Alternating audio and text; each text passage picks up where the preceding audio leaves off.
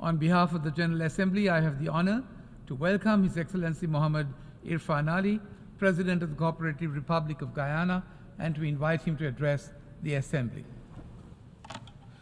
Mr. President, please accept my warm congratulations on your election to the presidency of the General Assembly for its 78th session.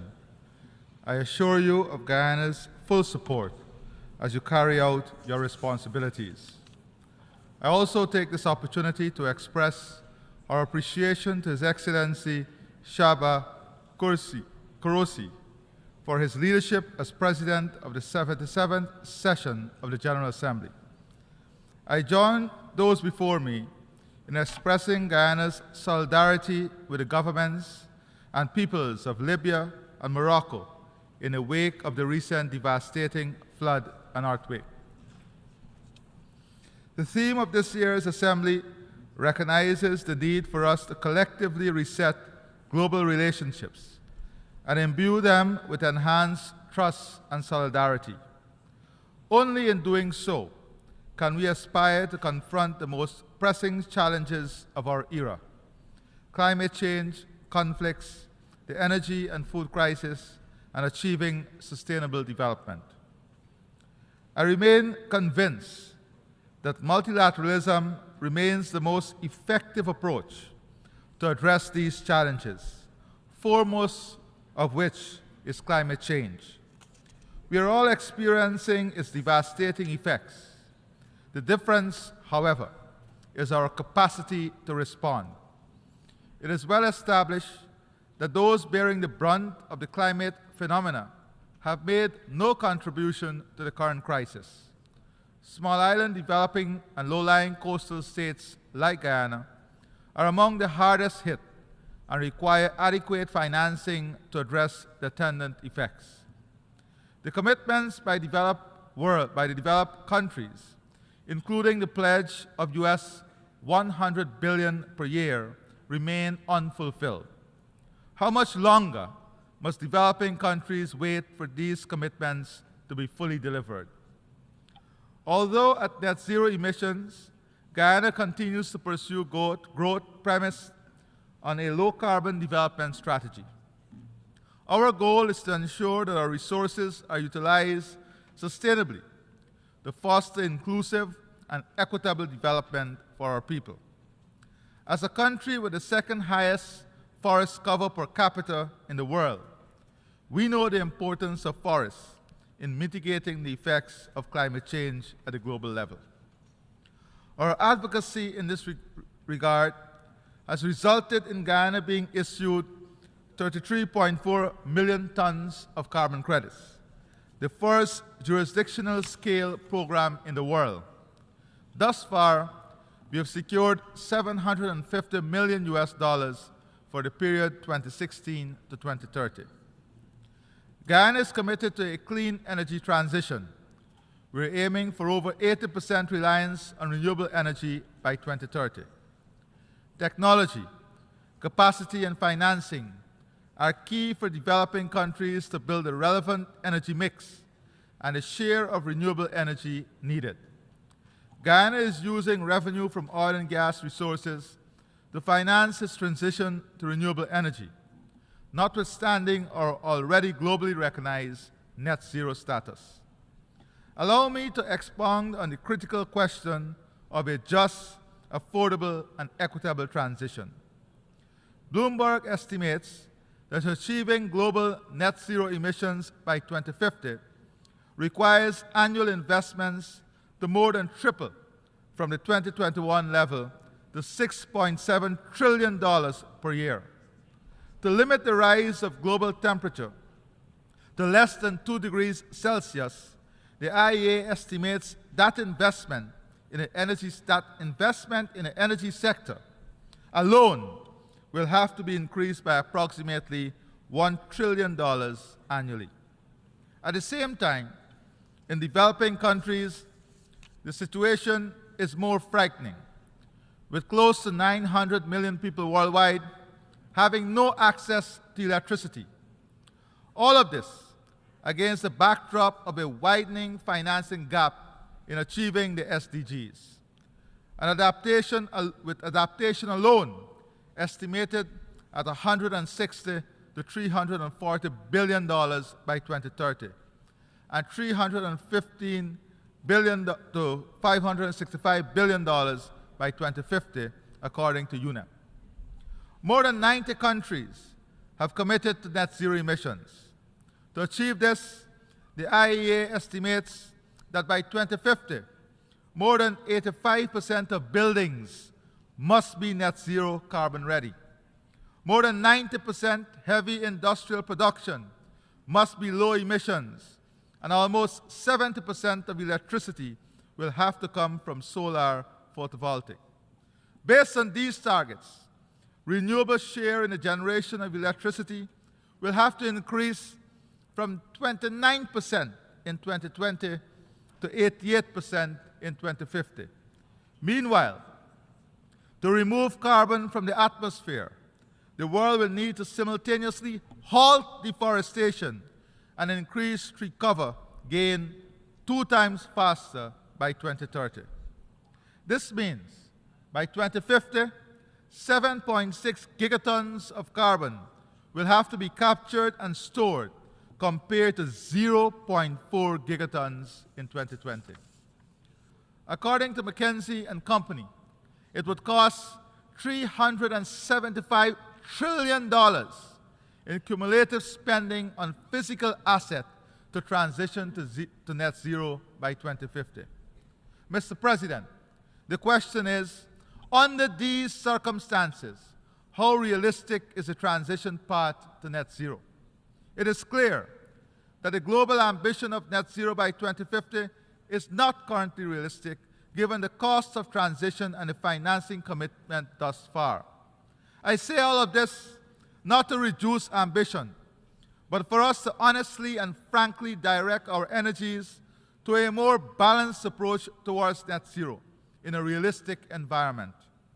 My country, Guyana, is blessed with the best of both worlds. That is the ability to lead on climate change and the use of our expansive oil and gas reserves to contribute to the advancement and development of our country and region. But let me hasten to add, Mr. President, COP28 will not achieve the desired objectives of definitively putting our planet on a net zero trajectory if we continue to address this matter in a doctrinarian way, ignoring the current realities. Given the growth in demand for energy, a significant part of that demand will come from many in the developing world who continue to live in energy poverty. It is also a fact that renewables will not meet the growth of demand in the near future. If the debate at COP28 is framed by 2 camps, one calling for no cuts in fossil fuel production, including the most polluting form, such as coal, and the other saying that the only solution to net zero is an end to fossil fuel production, then we'll fail once again to achieve a viable outcome and not to give our world the energy it needs to grow and prosper. I believe that net zero by 2050 as a target can only be achieved by a combination of measures that include a cut in fossil fuel production, incentivizing the introduction of renewables at scale, exploring advances in technology, in using carbon capture and storage, cutting deforestation and land degradation, and introducing measures to curb demand for energy. As custodians of the rainforests, the size of England and Scotland combined, we are of the view that the lack of financing for standing forests suggests they are worth more dead than alive. That is why we support the expansion of a financial mechanism that appropriately value the environmental services provided by forests, including through the carbon market. We are at the midpoint of implementing the 2030 Agenda, our global blueprint for sustainable and resilient development. Financing is a cornerstone of all efforts to achieve the SDGs and the challenges faced by developing countries, including the funding gaps, which I highlighted in the SDG Summit commitments. including those made 50 years ago to provide 0.7% of GNI in ODA, must be fulfilled. The existing financial architecture is incapable of addressing current global challenges and must be reformed. In this regard, the early adoption of the Multidimensional Vulnerability Index, implementing the measures in the Bridgetown Initiative, and addressing liquidity support, private capital, development lending, trade, and more inclusive governance of the international financial institutions must form part of the reform agenda. Mr. President, the world is presently experiencing a global food crisis marked by soaring food prices, heightened food insecurity, and increasing levels of hunger. Conflict, climate change, and the effects of the pandemic contribute to this dire state. Approximately 198 million people in 26 least developed countries face severe food insecurity since the beginning of 2022. Due to rising food prices and trade restrictions, this situation has worsened. By 2030, it is estimated that nearly 670 million people, equivalent to 8% of the global population, will suffer from undernourishment. Global agri-food systems must be urgently transformed to ensure they are more resilient and that nutritious food is affordable for all. We also condemn the weaponization of food as an instrument of war.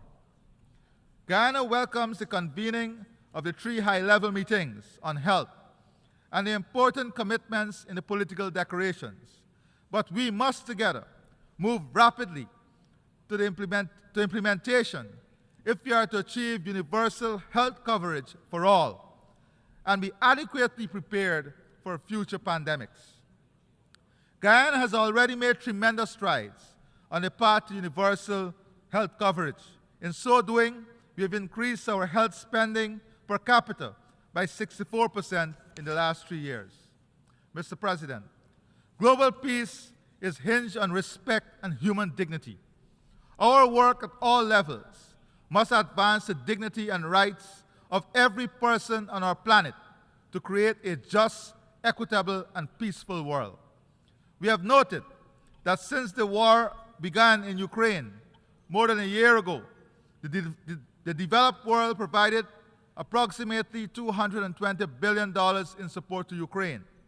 The World Bank has added more than $37.5 billion in emergency financing, almost $260 billion mobilized in less than 2 years. On the other hand, aid to the Palestinian people over a period of 26 years amounted to just over $40 billion, according to figures compiled by the OECD. Haiti receives just over $20 billion in aid for reconstruction and development over the past 60 years. African countries were recipients of just over $113 billion over a 3-year period to fight hunger, according to the OECD. To be clear, Guyana unequivocally supports the principle of sovereignty and territorial integrity as enshrined in the UN Charter and remains in full solidarity with the people of Ukraine and what they justly require from the international community. However, I cannot overlook the disparity in the approach to other countries and regions of the world. This must be corrected. Clearly, this is a demonstration of an unjust ecosystem surrounding and supporting development financing, peace, and security. Importantly, it also proves that if truly committed, mechanisms do exist to unlock financing at scale. Mr. President, adherence to the rule of law, including international law, must continue to be the cornerstone of all of our engagements. This is being undermined by threats and naked acts of aggression against sovereign states and by the perpetuation of old conflicts and disputes between states. The Russian invasion must end. Greater diplomatic efforts must be made to bring an end to this war. The ongoing crisis in Haiti is of grave concern. Urgent and decisive action must be taken to secure a comprehensive solution. I commend the offer of the governments of Kenya and Rwanda to lead the multinational force in Haiti, as well as the offers by the Bahamas and Jamaica. Guyana is committed to working closely with partners within the UN and CARICOM frameworks to find a long-lasting, stable, and sustainable solution to the Haitian crisis, so that our Haitian brothers and sisters can live in peace and dignity. The Republic of Cuba has been the object of aggression for more than 6 decades. We repeat our call for the dismantling of the unacceptable embargo against our sister Caribbean state.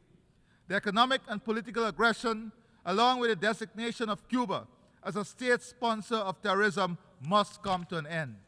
I also reaffirm Guyana's long-standing solidarity with the Palestinian people and support for their dignified existence in their homeland in accordance with the two-state solution. As member states of the United Nations, let us do more to move past rhetoric so that the peace process can progress. Mr. President, when I addressed the OAS last Friday, I recalled to that hemispheric body how Guyana was excluded from the OAS for 25 years from its birth as a nation on account of a spurious territorial claim to 2/3 of our homeland by Venezuela. But justice prevailed, and Guyana was ultimately admitted. It is sad, however, that 57 years after Guyana's independence, we remain threatened. Venezuela's efforts to undermine our freedom, sovereignty, and territorial integrity are today before the International Court of Justice, as decided by the UN Secretary General under the Geneva Agreement of 1966. The ICJ's jurisdiction in the matter has been twice affirmed by the court. We are confident that Guyana's sovereignty and territorial integrity will also be affirmed when the court issues its final judgment. I regret to inform you that Venezuela's threats continue. Just last night, Guyana received a very threatening message from Venezuela. It came in the form of a communique attacking Guyana for putting certain oil blocks in our sovereign waters of forbid. Guyana considers this a threat to regional and international peace and security, as well as to Guyana's investment partners.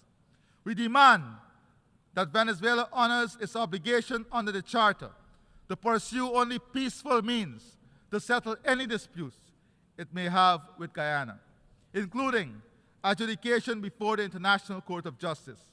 Allowing the court to decide would ensure a resolution that is peaceful, equitable, and in accordance with international law. Guyana will spare no effort in defending its sovereign and territorial integrity. I express appreciation to every member of the international community that has continued to support Guyana's effort to preserve its sovereignty and territorial integrity. Mr. President, as Guyana takes its place next January as a member of the Security Council, those principles of international law and justice, so prominent in the charter of this organization, shall be our guide. And so, I express heartfelt gratitude to the overwhelming support of member states to our candidature to the United Nations Security Council for the 2024-2025 term. I wish to assure the entire UN membership that Guyana is committed to working with fellow Council members and the wider UN membership to fulfill the mandate of the Security Council. Mr. President, as I reflect on the state of growing insecurity in the world, let me also reiterate the calls made by CARICOM for the early and urgent reform of the United Nations Security Council to make it more effective and inclusive. Mr. President, September is the month dedicated to indigenous people in my country. We are aware that globally, indigenous peoples are often left behind. Not so in Guyana. My government is investing heavily in indigenous peoples' development, ensuring their inclusion and participation in decision-making at all levels. Our land titling program has resulted in indigenous peoples obtaining legal ownership of 16.4% of Guyana's land mass. In addition to regular government investment, 15% of all proceeds from the sale of carbon credits go directly to indigenous villages to finance their development. Guyana is the first country to implement such an initiative. We are proud of our record and stand ready to share our experiences. Mr. President, allow me to conclude by renewing Guyana's solidarity with the peoples of the world, our commitment to multilateralism, our readiness to partner with states large and small in the quest for peace and prosperity for all. I thank you.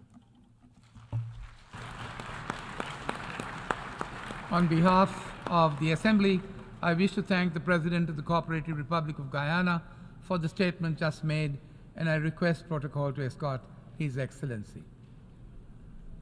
The Assembly will hear an address by His Excellency